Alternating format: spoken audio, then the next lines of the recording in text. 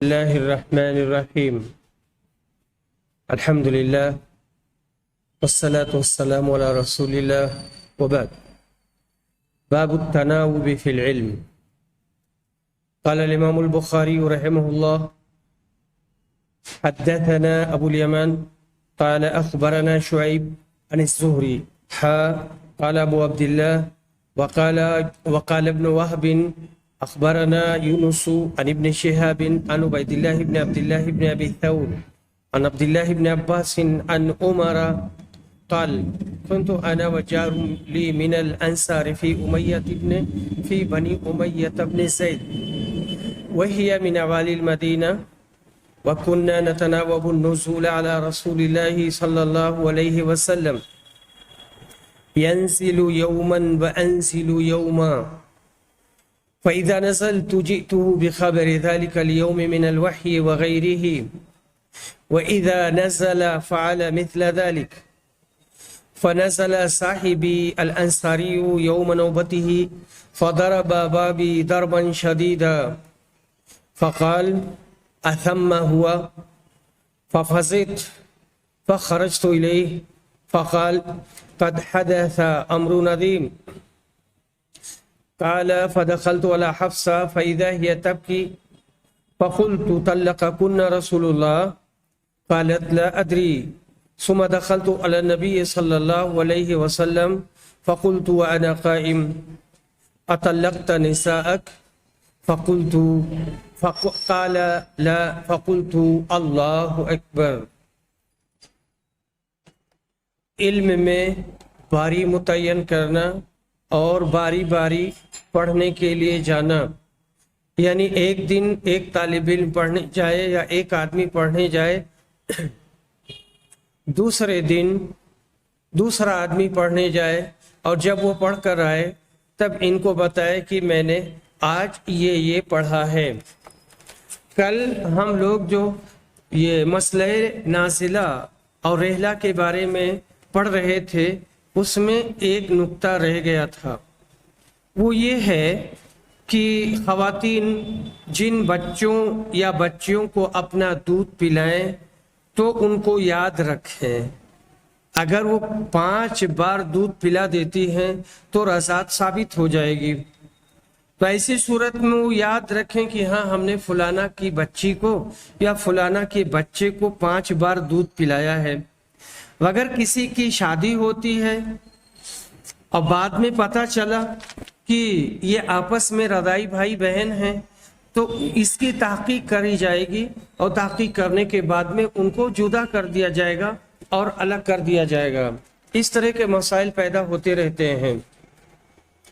حضرت عبداللہ بن عباس عمر بن خطاب سے روایت کرتے ہیں کہ میں اور میرے پڑوسی تھے، بنی امیہ بن زید تھے، وہ انصاری تھے، مدینہ کے اوالی میں ان کا گھر تھا، ان کا نام اتبان بن مالک تھا۔ ہم لوگ باری باری رسول صلی اللہ علیہ وسلم کے پاس آتے جاتے رہتے تھے، ایک دن وہ آتے تھے اور ایک دن میں آتا تھا۔ جب میں آتا تھا تو اس دن کی پوری تفصیل، پوری خبر، وہی شریعت جو بھی ہوتی تھی میں اپنے ساتھی کو جا کے بتاتا تھا، اور جب وہ آتے تھے تو بھی ایسے ہی کرتے تھے۔ میرے پڑوسی اور میرے ساتھی ایک دن آئے، اپنی باری میں نبی صلی اللہ علیہ وسلم کے پاس آئے، وہاں سے پلٹ کر میرے پاس آئے۔ آنے کے بعد میں انہوں نے بہت زور سے میرا دروازہ مارا اور زور سے کھٹکھٹایا اور کہا اثمہ، کیا وہ ہیں؟ میں گھبرا گیا، میں جلدی سے نکلا۔ انہوں نے کہا بہت بڑی بات ہو گئی ہے۔ قال فدخلت علی حفصہ۔ اب اس کے بعد میں یہاں پر روایت مختصر کر دی گئی ہے۔ میں حفصہ کے پاس گیا، وہ بیٹھ کے رو رہی تھی۔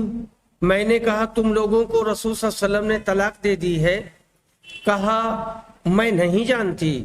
پھر میں نبی صلی اللہ علیہ وسلم کے پاس گیا، میں نے کہا کھڑے کھڑے کہا کیا آپ نے اپنی بیویوں کو طلاق دے دی ہے؟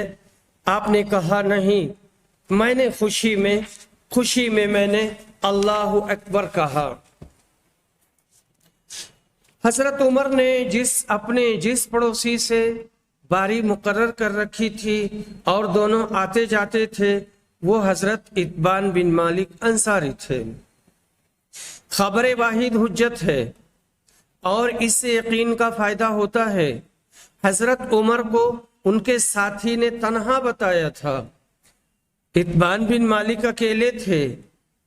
ایک تو یہ کہ یہ دونوں آپس میں جو سیکھ کے آتے تھے اس کا تبادل کرتے تھے، یہ بھی خبر واحد ہی ہے۔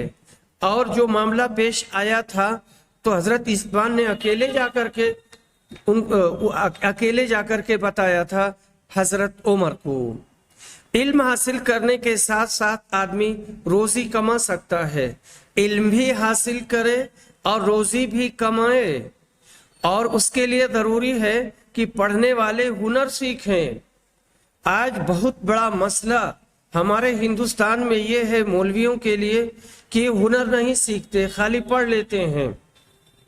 پڑھائی جیسے بھی ہے تو اگر حالات مشکل اور دشوار آگے جیسے اس وقت کورونا اس میں سب جوجھ رہے ہیں تو مولانا لوگوں کے بارے میں بھی بہت دقتیں ہیں معاشی اعتبار سے کہ ان کے پاس پیسے ہیں نہیں ہیں، کم ہے، یا کیا کریں گے کیا نہیں کریں گے۔ ضروری ہے کہ ہر عالم اور مولوی کے پاس سائٹ سے ہنر ہو، فن ہو، کہ وہ اچھے حالات ہو تب بھی اپنے ہنر سے پیسے کمائیں، اور اگر مشکل حالات آ جاتے ہیں تب بھی وہ اپنے ہنر کا استعمال کریں اور ہمیشہ خوش رہیں، کسی کے دستے نگر نہ رہیں یا کسی کے محتاج نہ رہیں۔ اور اس کے لیے ضروری ہے کہ پڑھنے والے ہنر سیکھیں تاکہ فراغت کے بعد تعلیم و تربیت کا کام بھی کریں اور اپنے ہنر سے کمائی بھی کریں۔ جس آدمی کے پاس ہنر نہیں ہوتا ہے وہ بیکار ہوتا ہے۔ ایک شاعر نے کہا تھا، اس کا نام تھا ضمیر جعفری، اس نے کہا تھا کچھ ہنر کچھ علم و فن اے میرے نور نظر، کچھ ہنر کچھ علم و فن اے میرے نور نظر، ورنہ صرف پتلون کس لینے سے کچھ ہوتا نہیں۔ ایک دم اپ ٹو ڈیٹ ہو گئے، شاندار جوڑا پہن لیا، اس سے کچھ ہونا جانا نہیں ہے۔ آدمی کے دل میں، دماغ میں اور انگلیوں میں ہنر ہونا چاہیے۔ بیٹی کی طرف سے باپ کو غافل نہیں رہنا چاہیے، اس کے دکھ سکھ کے بارے میں معلومات لیتے رہیں۔ حضرت عمر فجر کی نماز پڑھ کر فوراً اپنی بیٹی حفصہ کے گھر گئے تھے اور حال چال پوچھا تھا۔ حصول علم کے لیے باری مقرر کرنا جائز ہے کہ آدمی ایک دن پڑھنے جائے اور دوسرا کام کرے، اور دوسرے دن اس کا دوسرا ساتھی پڑھنے کے لیے جائے اور یہ خود کام کرے۔ آدمی سنی ہوئی بات کے بارے میں عالم یا استاد سے تحقیق کر سکتا ہے اور پوچھ سکتا ہے کہ میں نے اس طرح کی بات سنی ہے تو اس کی حقیقت کیا ہے۔ جب تک اس کی تحقیق نہ ہو جائے تب تک خود تبصرہ نہیں کرنا چاہیے اور اس کے بارے میں کچھ نہیں بولنا چاہیے۔ باب الغضب فی الموعظۃ والتعلیم اذا رأى ما یکرہ، تعلیم میں اور نصیحت میں غصہ ہونا اگر کوئی ایسی چیز وہاں صادر ہوتی ہے جو ناپسندیدہ ہے۔ ان ابی مسعود الانصاری قال، ابو مسعود انصاری روایت کہتے ہیں کہ ایک صاحب نے آ کر کہا اللہ کے رسول، میں نماز نہیں پاتا کیونکہ فلاں نماز بہت لمبی پڑھاتے ہیں۔ میں نے نصیحت کے سلسلے میں اور واعظ کے سلسلے میں اس دن سے زیادہ غصہ رسول صلی اللہ علیہ وسلم کو کبھی نہیں دیکھا تھا۔ آپ نے کہا لوگوں تم سب نفرت دلاتے ہو، تم سب لوگوں کو نفرت دلاتے ہو۔ جو آدمی امامت کرے اسے چاہیے کہ وہ ہلکی نماز پڑھائے، کیونکہ اس کے پیچھے بیمار بھی ہوتا ہے، کمزور بھی ہوتا ہے اور حاجت مند بھی ہوتا ہے۔ دوسری روایت زید بن خالد جوہنی سے ہے کہ ایک صاحب آئے نبی صلی اللہ علیہ وسلم کے پاس اور آپ سے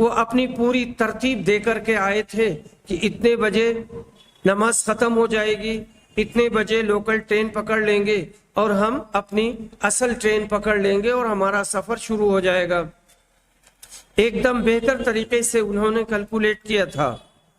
آئے، امام صاحب نماز پڑھانا شروع کیا، خطبہ دینا شروع کیا، اور اس کے بعد میں جب مقررہ وقت آیا وہاں پہ نہیں رکے، بڑھتے چلے گئے، کافی دیر تک خطبہ دیتے رہے، اور آخر میں انہوں نے کہا حاضرین باتیں تو بہت ہیں لیکن وقت ساتھ نہیں دے گا اور ہم اب اپنا خطبہ ختم کرتے ہیں۔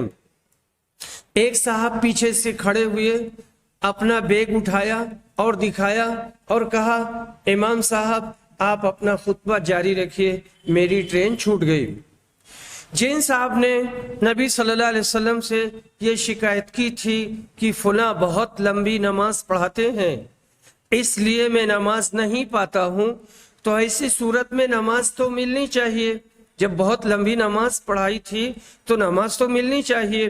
مسئلہ یہ ہوا تھا کہ یہ پڑھنے ہی نہیں جاتے تھے، اسی کو انہوں نے کہا ہے کہ میں نماز نہیں پاتا ہوں۔ نائب امام کی شکایت بڑے امام سے کی جا سکتی ہے، لیکن اماموں کی جب شکایت کی جائے تو اچھے سے اس کی تحقیق بھی ہونی چاہیے، بنا تحقیق کے نہ ان کے خلاف کوئی کارروائی کریں اور نہ کسی دوسرے کے۔ یہ مسئلہ ہمیشہ ذہن میں رہے کہ اگر کوئی آدمی آتا ہے، کسی کی شکایت کرتا ہے، کوئی دعویٰ کرتا ہے، خاص طور سے افسروں سے، ناظم ہے، رئیس الجامعہ ہے، رئیس البلدیہ ہے، یا ایک ہی کوئی بھی بڑا افسر ہے، چھوٹا افسر ہے، تو وہ سننے کے بعد میں اس کی تحقیق کریں، تحقیق کے بعد میں جو حقیقت کھل کر آئے تو اس پر عمل کریں، آنکھ بند کر کے کسی بھی چہیتے کی بات کو نہ سنی جائے یا کسی بھی چاپلوس کی بات نہ سنی جائے۔ طلبہ اور طالبات سے اگر کوئی غلطی سرزد ہوتی ہے تو معلم یا معلمہ ان پر سختی کر سکتی ہے تاکہ تعلیم اور آموزش کا کام بہتر انداز میں انجام پذیر ہو، لیکن وہ سختی اعتدال کے ساتھ ہونی چاہیے۔ اللقطہ، گری پڑی چیز، ویکاؤن کہتے ہیں وہ رسی جس سے کوئی چیز باندھی جائے، بندھن۔ ویاؤن برتن، ایفاس چمڑے یا کپڑے کا پرس جس میں پیسہ وغیرہ رکھا جاتا ہے۔ شیشی کے ڈھکن کو بھی ایفاس کہتے ہیں۔ حذا کے معنی ہوتے ہیں جوتا کے، حدیث میں خف مراد ہے یعنی اس کا پیر۔ بلا وجہ سوال کرنا منع تھا، جو سوالات کیے جا رہے تھے وہ بلا ضرورت تھے، اس لیے نبی صلی اللہ علیہ وسلم ناراض ہوئے، کیونکہ اونٹ کئی دنوں کے لیے پانی کا ذخیرہ اپنے پیٹ میں بھر لیتا ہے، اس کے لیے کوئی خطرہ نہیں ہوگا، کوئی بھی جانور اس کا مقابلہ نہیں کر سکتا، گیدڑ ہے، بھیڑیا ہے، اس طرح کے جانور اسے کوئی ضرر نہیں پہنچا سکیں گے، اس لیے اس کے بارے میں سوال کرنا الگ تھا، اسی وجہ سے آپ صلی اللہ علیہ وسلم ناراض ہوئے۔ باب من بارک علی رکبتیہ عند الامام او المحدث، امام یا محدث کے سامنے دو زانو ہو کر بیٹھنا۔ یہاں پر جو روایت آئی ہے وہ حضرت انس بن مالک کی ہے کہ رسول صلی اللہ علیہ وسلم ایک دن نکلے تو عبداللہ بن حذافہ کھڑے ہوئے اور کہا میرے والد کون ہیں؟ آپ نے کہا تمہارے والد حذافہ ہیں۔ پھر لوگ کثرت سے رسول صلی اللہ علیہ وسلم سے سوال کرنے لگے، تب آپ نے کہا پوچھو پوچھو۔ حضرت عمر گھبرا گئے، عمر دونوں گھٹنوں کے بل ادب کے ساتھ بیٹھے اور اس کے بعد کہا ہم اللہ سے راضی ہیں رب ہونے کے اعتبار سے، اسلام سے راضی ہیں دین ہونے کے اعتبار سے، اور محمد صلی اللہ علیہ وسلم سے راضی ہیں نبی ہونے کی حیثیت سے. یعنی ان کے کہنے کا مطلب تھا کہ ہم اللہ کو رب مانتے ہیں، اسلام کو دین مانتے ہیں، اور محمد صلی اللہ علیہ وسلم ہمارے نبی ہیں. تب نبی صلی اللہ علیہ وسلم خاموش ہو گئے. استاد کے سامنے ادب سے بیٹھنا چاہیے، یا بڑے لوگ ہیں، بزرگ ہیں، تو ان کے سامنے بھی اچھے سے ادب کے ساتھ بیٹھنا چاہیے. کیا رسول صلی اللہ علیہ وسلم غیب جانتے تھے؟ نبی صلی اللہ علیہ وسلم نے کہا پوچھو ہم بتائیں گے، پوچھو ہم بتائیں گے. تو رسول اکرم صلی اللہ علیہ وسلم غیب نہیں جانتے تھے. اصل یہی ہے کہ رسول صلی اللہ علیہ وسلم غیب نہیں جانتے تھے. آپ کی خانگی زندگی، معاشرتی زندگی، سماجی زندگی، غزوات کی زندگی، سب کے سب اس بات پر دلالت کرتے ہیں کہ نبی صلی اللہ علیہ وسلم غیب نہیں جانتے تھے. اس پر قرآن کی بہت سی روایتیں دلالت کرتی ہیں. اگر قرآن ایک بار کہہ دے کہیں پر کہ وہ غیب نہیں جانتے تو بس آپ نہیں جانتے ہیں، الا یہ کہ کسی جگہ پر اس کی تردید آ جائے اور رد آ جائے اور اس حکم کو منسوخ کر دیا جائے، اور ایسا نہیں ہے. ہم اس پر کسی موقع پر کافی تفصیل سے انشاءاللہ بات کریں گے جب اس کا موضوع آئے گا. یہاں پر آپ نے جو سلونی فرمایا، سلونی، مجھ سے پوچھ لو، مجھ سے پوچھ لو، تو اس وقت آپ پر اللہ کی جانب سے علم کا خصوصی فیضان ہوا تھا. آپ کو اللہ کی طرف سے بتایا گیا تھا. تو اب یہ جو باتیں بتائی جاتی ہیں غیب کی، وہ باتیں مختلف انداز کی ہوا کرتی ہیں، آپ کے دل میں القاء کر دیا جاتا ہے، بتا دیا جاتا ہے. اس کی دلیل بخاری کی روایت ہے، کتاب الاعتصام، باب ما یکرہ من کثرت السؤال. اس میں یہ بات آئی ہے کہ فواللہ، اللہ کی قسم، کسی چیز کے بارے میں مجھ سے نہیں پوچھو گے مگر میں جب تک اس جگہ پر بیٹھا ہوں تم کو بتا دوں گا. تو یہاں یہ اس بات پر دلالت کرتی ہے کہ جب تک آپ وہاں بیٹھے تھے تب تک آپ کی دل و دماغ پر اس کا القاء ہوا، اور اس کے بعد میں نبی صلی اللہ علیہ وسلم نے پوچھی ہوئی باتوں کا اور پوچھے ہوئے سوالات کا جواب دیا. باب من اعاد حدیث ثلاثا لیفهم عنه فقال الا وقول الزور فما زال يكررها. وقال ابن عمر قال النبي صلی اللہ علیہ وسلم هل بلغت ثلاثا. اس مسئلے کا بیان کہ محدث اپنی بات 3 بار ضرورت پڑنے پر دوہرا سکتا ہے، پلٹا سکتا ہے، تاکہ اس کی بات سمجھ لی جائے. ہر بات 3 بار نہیں دہراتے ہیں، لیکن جو بات اہم ہوتی ہے اس کو 2 بار 3 بار دوہرا دیا جاتا ہے تاکہ عوام کو یا طلبہ کو سمجھ میں آ جائے. اور ایک موقع پر نبی صلی اللہ علیہ وسلم نے کہا تھا، اور جھوٹی بات برابر اس کو آپ دہراتے رہے اور تکرار کے ساتھ کہتے رہے. ابن عمر کہتے ہیں کہ نبی صلی اللہ علیہ وسلم نے فرمایا تھا، حل بلغت، کیا میں نے پہنچا دیا، کیا میں نے پہنچا دیا، کیا میں نے پہنچا دیا. آپ نے یہ بات 3 بار کہی تھی. اور اس باب کی دوسری روایت ہے کہ ان انس ان نبی صلی اللہ علیہ وسلم انه كان اذا سلم ثلاثا، کہ نبی صلی اللہ علیہ وسلم جب سلام کرتے تھے تو 3 بار سلام کرتے تھے، اور جب کوئی بات کہتے تھے تو 3 بار اس کو پلٹاتے تھے. 3 بار سلام کرنے کی بات کس سلسلے میں؟ علماء کا کہنا ہے کہ اس کا تعلق استئذان سے ہے، اجازت سے ہے. اور ہر بات کو نبی صلی اللہ علیہ وسلم 3 بار نہیں کہتے تھے. جو باتیں اہم ہوتی تھیں ان کو، یا یہ محسوس کیا کہ یہ سمجھ نہیں سکے ہیں، یا کسی بات کی اہمیت کو بتانے کے لیے تاکہ لوگ ترکیز کریں اور سمجھنے کی کوشش کریں۔ تیسری روایت میں بھی یہی بات ہے کہ ان انس عن نبی صلی اللہ علیہ وسلم انه كان اذا تكلم بكلمه اعادها ثلاثا حتى تفهم عنه، آپ کوئی بات کہتے تھے تو اسے 3 بار پلٹا دیتے تھے تاکہ اسے سمجھ لیا جائے، اور جب کسی قوم کے پاس آتے تھے تو ان کو 3 بار سلام کرتے تھے۔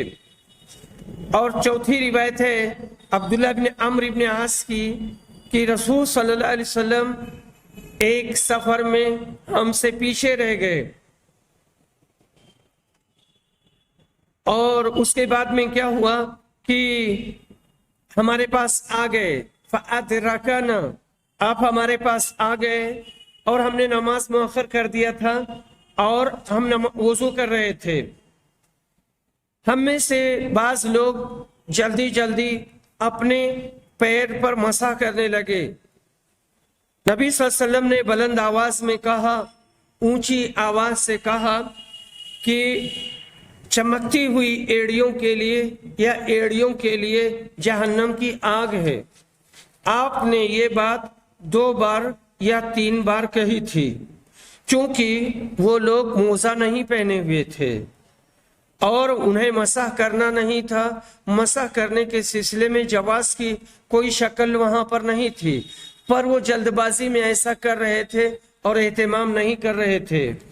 تو یہاں پر ان ساری حدیثوں میں محل شاہد یہی ہے کہ اہم بات کو نبی صلی اللہ علیہ وسلم نے پلٹایا، دہرایا اور کئی بار اسے کہا تاکہ لوگ اس کو سمجھ لیں اور اس کی اہمیت کو بھی جان لیں۔ ایک بات کو 3 بار دہرانا تاکہ خوب اچھی طرح سمجھ میں آ جائے۔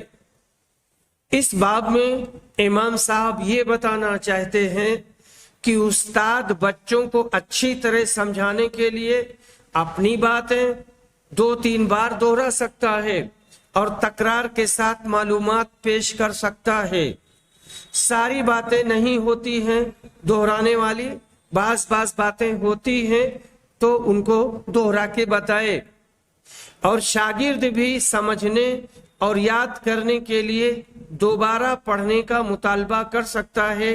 اس میں کسی بھی طرح کی قباحت نہیں ہے، اور دوبارہ مطالبے پر استاذ غصہ نہ ہو یا طالب علم احساس کمتری کا شکار نہ ہو کہ کیسے پوچھیں، ابھی مولانا غصہ نہ ہو جائیں۔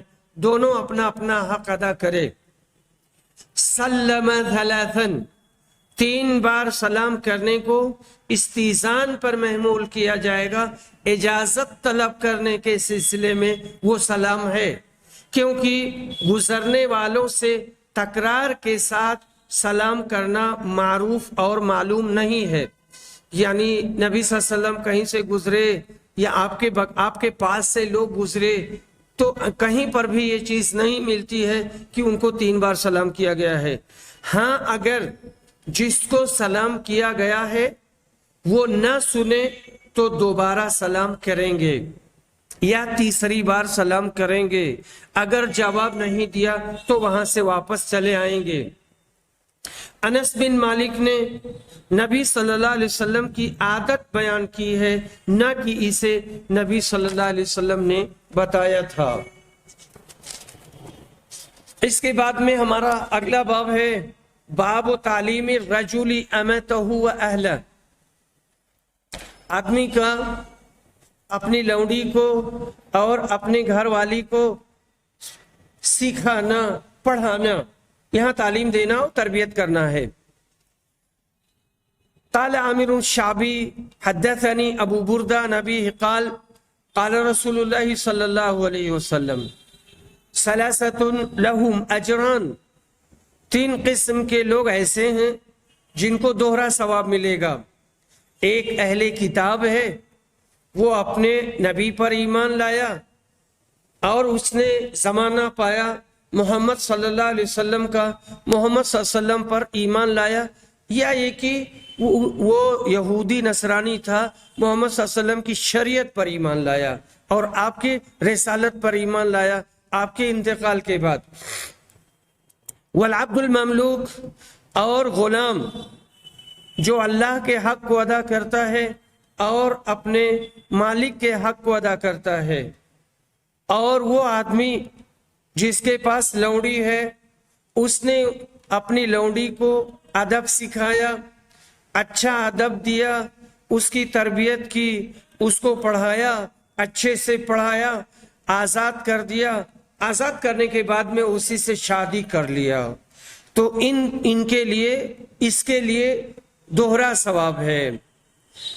پھر عامر نے کہا میں نے تمہیں بنا کسی محنت و مشقت کے یہ حدیث دے دی ہے.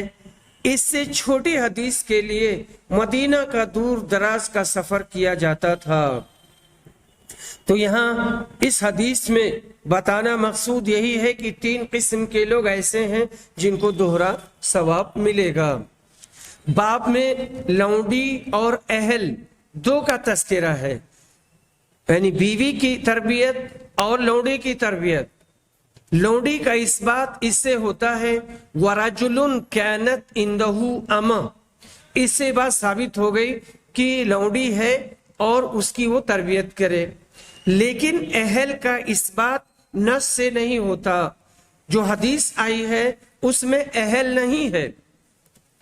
اہل کو لونڈی پر قیاس کریں گے اور کہیں گے کہ جب لونڈی کو فرائض اور سنن کی تعلیم دینا مستحب ہے تو اہل و عیال جو آزاد ہیں وہ لونڈی سے زیادہ تعلیم و تربیت کے محتاج ہیں.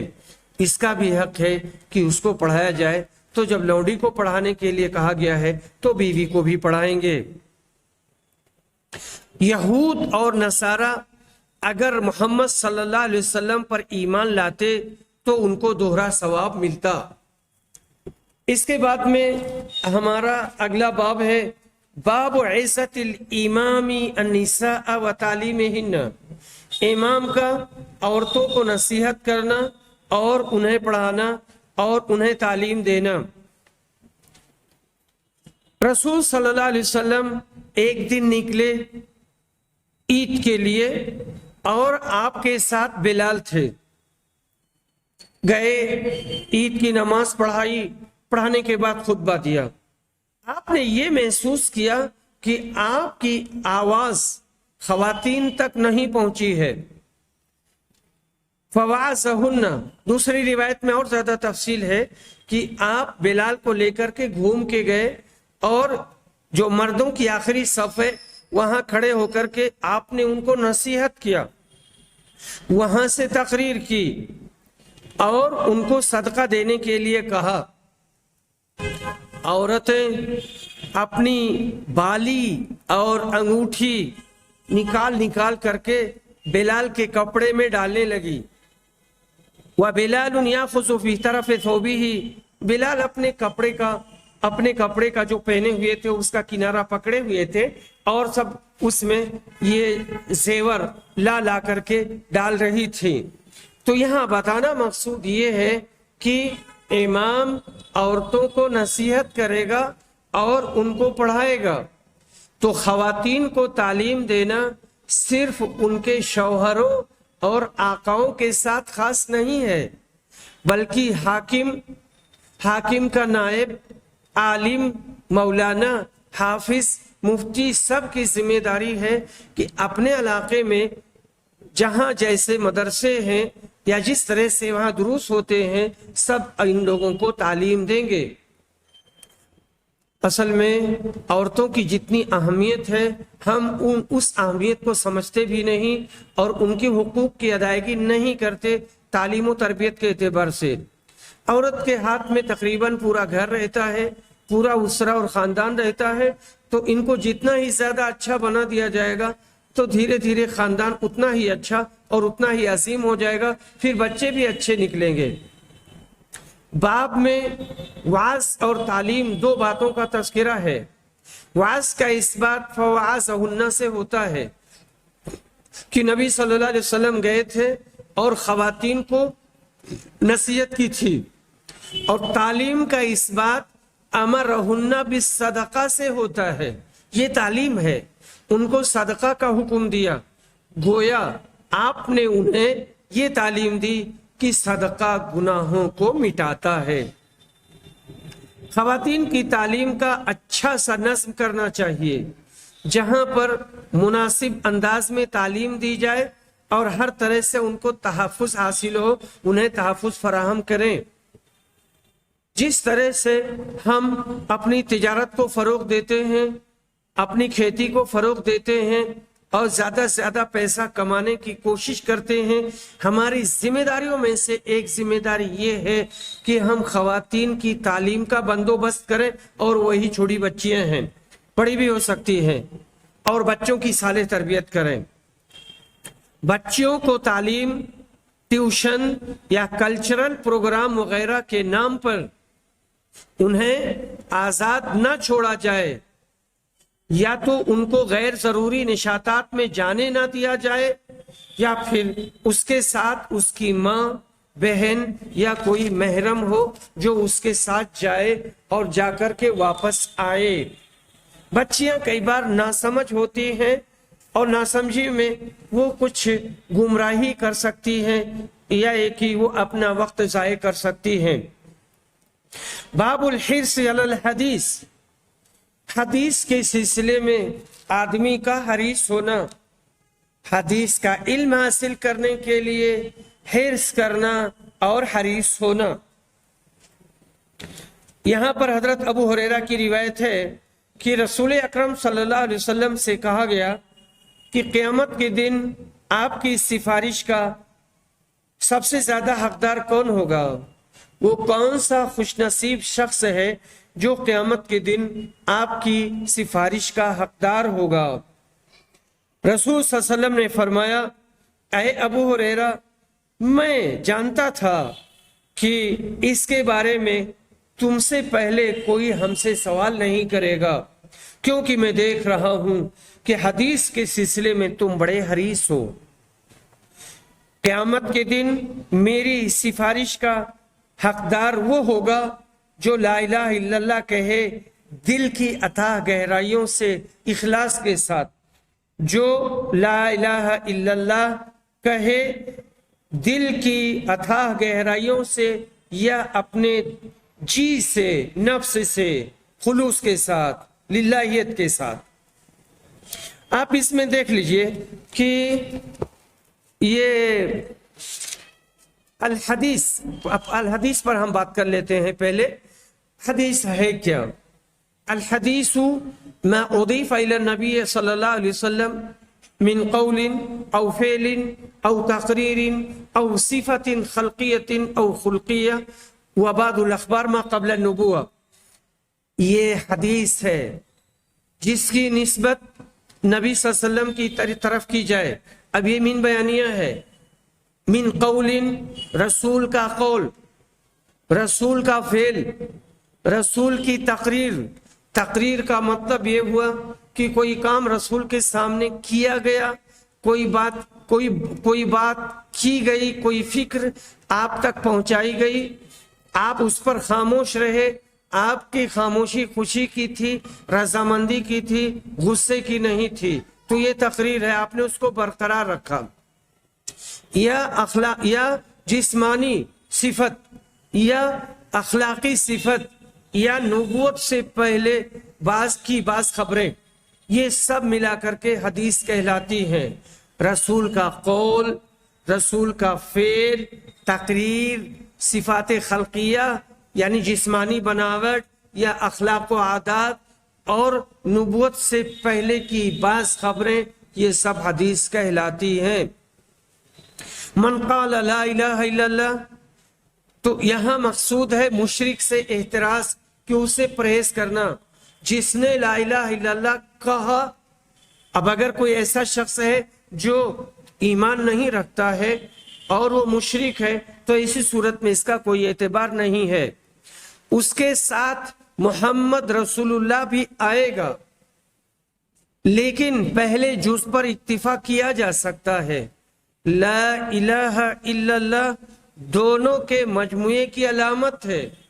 اگر ہم نے کہا لا الہ الا اللہ تو محمد رسول اللہ وہ معلوم ہے، وہ بھی آئے گا اس کے ساتھ ہے، اس لیے پہلے ہی جز پر اکتفا کر لیا گیا، سامنے والا اس کو سمجھتا تھا۔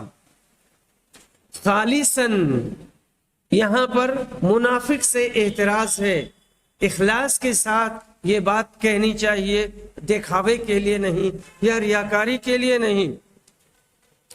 حدیث میں اسد الناس کا جو لفظ آیا ہے تو اسد فعل کے معنی میں ہے، یہ اسم تفصیل نہیں ہے، معنی ہوگا سعید الناس، لوگوں میں خوشبخت، لوگوں میں خوشبخت، من قلبہ او نفسہ، یہ شک راوی کو ہوا ہے۔ امام بخاری نے الرقاق میں خالصا من قبل نفسہ ہی کہا ہے، یعنی دل کی اتھاہ گہرائی سے، دل کی اتھاہ گہرائی سے اس کا اقرار کرے۔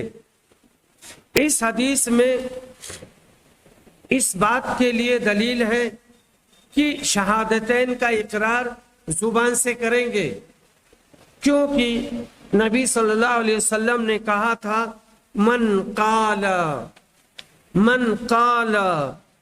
تو قول مطلوب ہے اور وہی اقرار باللسان ہے۔ اور اس کے بعد میں ہمارا اگلا باب ہے کہ علم کیسے اٹھا لیا جائے گا، علم کیسے ختم کر دیا جائے گا، اس کی شکل کیا ہوگی۔ حضرت عمر بن عبدالعزیز نے ابو بکر بن حزم کو خط لکھا تھا کہ رسول صلی اللہ علیہ وسلم کی حدیثوں کو دیکھو اور ان کو لکھ لو، مجھے علم کے ختم ہونے کا خوف ہے اور مجھے اس بات کا ڈر ہے کہ علماء چلے جائیں گے، علماء ختم ہو جائیں گے، اور دیکھنا صرف نبی صلی اللہ علیہ وسلم کی حدیثوں ہی کو لینا اور علم کو پھیلایا جائے، اور چاہیے کہ علم کو عام کیا جائے، اور تم ان لوگوں کے پاس بیٹھو جن کے پاس علم ہے، تاکہ ان کو سکھایا جائے اور علم کی باتیں بتائی جائیں۔ جاہلوں کے پاس بیٹھنے سے آدمی اور خراب ہو جائے گا اور اسے علم نہیں ملے گا۔ علم یہ ختم نہیں ہوگا یہاں تک کہ جب تک کہ اسے چھپایا نہ جائے، علم ختم نہیں ہوگا جب تک کہ اسے راز نہ کر دیا جائے اور اسے چھپایا نہ جائے۔ اور اسی میں آگے چل کر کے ایک لفظ بیان کیا ہے، ذہاب العلماء، یعنی علماء کا چلا جانا اور ان کا انتقال ہو جانا۔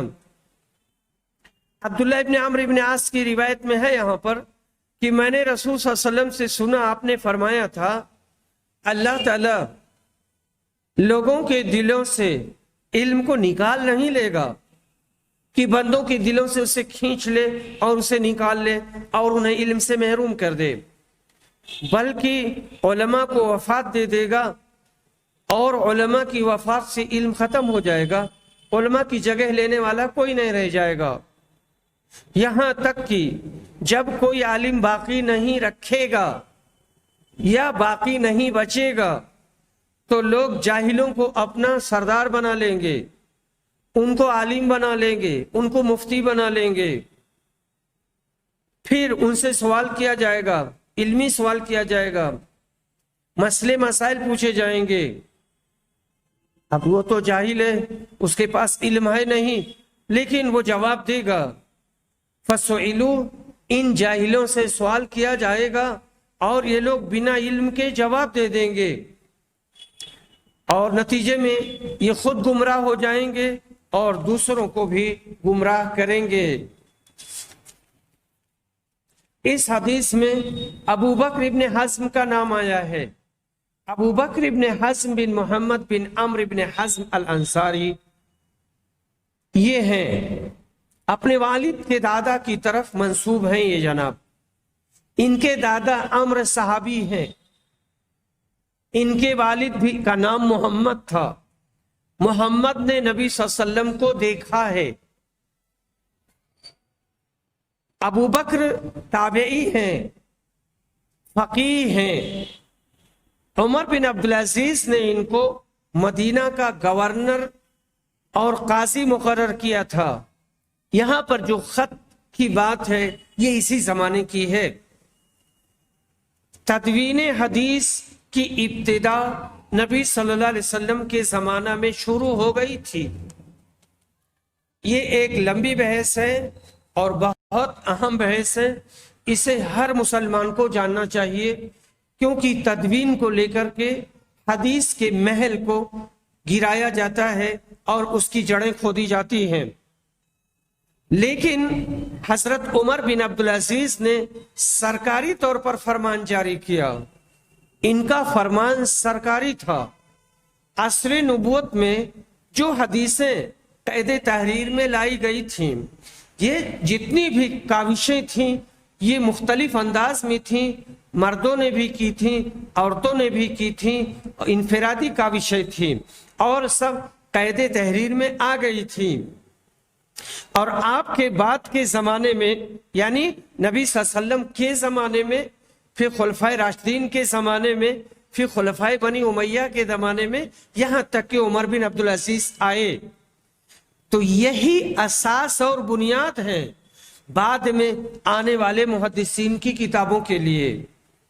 مجھ سے بھی بعض لوگوں نے بحث کی ہے، خاص طور سے شیعہ، جو سنی تھا اور شیعہ ہو گیا، وہ پولیس ڈپارٹمنٹ میں تھا، ترقی کرتے کرتے داروغہ ہوا، اس کے بعد ریٹائر ہوا، تو ہم سے آ کر کے بحث کرتا تھا اور اسے دین کی جانکاری نہیں تھی، بہت تھوڑی سی جانکاری تھی، لیکن جوش و جذبہ بہت زیادہ تھا۔ یہ باتیں بھی انہوں نے کہیں سے پڑھ کر کے ہم سے کی تھی، پوری تفصیل میں ان کو بتایا تھا۔ لم یبقے، اس کو دو طرح سے پڑھ سکتے ہیں۔ لم یبقے باب افعال سے، ابقا یبقی ابقان، تو اس ایسی صورت میں لم یبقے عالمن ہوگا، عالمن، اور یبقے میں جو ضمیر ہے وہ فاعل بنے گی اور وہ ضمیر اللہ کی طرف پلٹے گی۔ اللہ کسی کو کوئی عالم نہیں چھوڑے گا، اللہ کے کوئی عالم نہیں چھوڑے گا، سب کو ختم کر دے گا۔ اور جب سمیع سے پڑھیں گے تو عالم فاعل بنے گا اور فاعلیت کی وجہ سے مرفوع ہوگا۔ جب لم یبقا کوئی عالم نہیں بچے گا، سب کے سب مر جائیں گے۔ جہاں تک اس کے اور دوسرے مسائل کا تعلق ہے، فوائد کا تعلق ہے، تو علم کی حفاظت کرنی چاہیے، علم کی حفاظت کرنی چاہیے۔ جاہلوں کو سردار نہ بنائیں اور نہ ہی وہ بنے، جاہل کو سردار نہ بنائیں اور جاہلوں کو چاہیے کہ وہ سردار نہ بنے، ورنہ انہیں اس کی بھاری قیمت چکانی پڑے گی۔ ایسا وقت آ سکتا ہے جس میں کوئی مجتہد نہ ہو، کوئی ایسا زمانہ اور ایسا وقت آ سکتا ہے کہ کوئی مجتہد نہ ہو، فقیہ نہ ہو، محدث نہ ہو۔ اللہ اس بات پر قدرت رکھتا ہے کہ علم کو دل سے نکال دے اور مٹا دے، لیکن ایسا نہیں کرے گا۔ واعظ و نصیحت اور تعلیم و تعلم کی مجالس قائم کرنے کی شدید ضرورت ہے۔ حاکم وقت کی ذمہ داری ہے کہ علم دین کی اشاعت اور حفاظت کا انتظام کرے۔ اگر وہ حاکم ہے، اس کے ہاتھ میں پیسے ہیں، تو اس راستے میں گاڑی خریدنا، محکمہ قائم کرنا، آفس خریدنا، دعات کو پیسے دینا، ان کی تنخواہ کا انتظام کرنا، کتابیں چھاپنا، قرآن چھاپنا، حدیث خریدنا، حدیث کی کتابیں خریدنا، اور پھر انہیں مختلف انداز میں علماء کو بھی فراہم کرنا اور دوسرے پڑھے لکھے لوگوں کو فراہم کرنا اور دین کو پھیلانا۔ یہ باتیں تھیں جن کا تعلق علم کے اٹھنے سے تھا۔ اللہ تعالی ہمارے ایمان کو اور دین کو اور علم کو پختہ کر دے اور ہماری حفاظت کرے۔ وآخر دعوانا ان الحمد للہ رب العالمین۔